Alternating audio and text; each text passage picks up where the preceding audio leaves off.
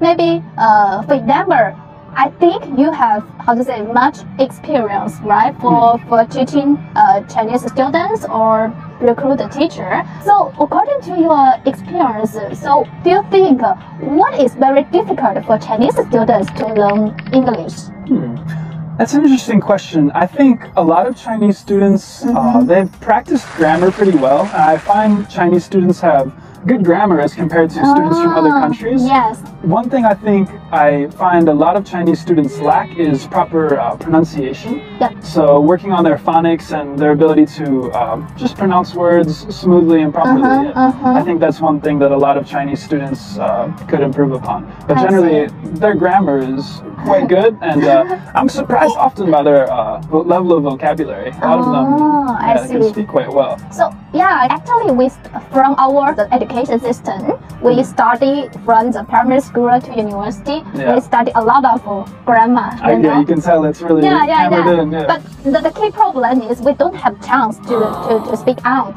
Yeah, so we don't have so many opportunity to practice, right? Yeah. So after you mentioned about it, I think speaking is more important for study language, right? Yeah, actually using the language, right? So you can learn in school and learn from the book all day long, but even if you learn for 10 years in the classroom, you might have a good base level of vocabulary and understanding of the grammar skills, but to have the confidence to actually speak to foreigners and be able to communicate well is I think so. You need to actually go out and do it, right? Either immersion of living in a different country or just that daily or weekly practice of getting in, having some casual conversation, and not just being by the book, this question gets this response, but being able to be fluid and adapt to the conversation as it moves. Yeah, for example, 7 years ago, when I came to Thailand the first time, actually my English, even the spoken English is very poor. But I think everyone encouraged me to speak out and practice more, right? So grammar is not important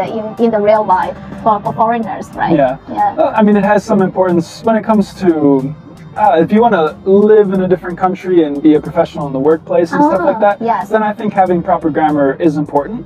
But if we're just talking about taking that first step of going out, communicating with other people and using the language, even if you make some grammar mistakes, you shouldn't let that hold you back from trying, right? I think many people are afraid to make mistakes with their grammar or different things, and this holds them back from trying. And this, in the long run, just gets them less practice and less ability. The first step is speak out first, okay? Exactly. And then you can then modify how to speak better, to practice more. The grammar will come as you use it. Okay. Encourage the Chinese students. What was the Zuzu and 加油. 加油. Okay, thank you so much for Thomas give us a lot of talking about we from a foreigner perspective. Okay, you know the Chinese people, Chinese students, the difficulty when they study English. Okay, so can you speak something words, some sentence to encourage our Chinese students? Sure. I would say when you're in the classroom, just do your best to participate. Use the language as often as possible. Anytime there's a question, if you think you might have an answer, even if it might not be perfect, do your best. If you have a good teacher, they'll give you some constructive feedback and make sure that you're on your way to learning. And last thing, I would just say, everyone, 加油! 加油! Thank you so much for 加油!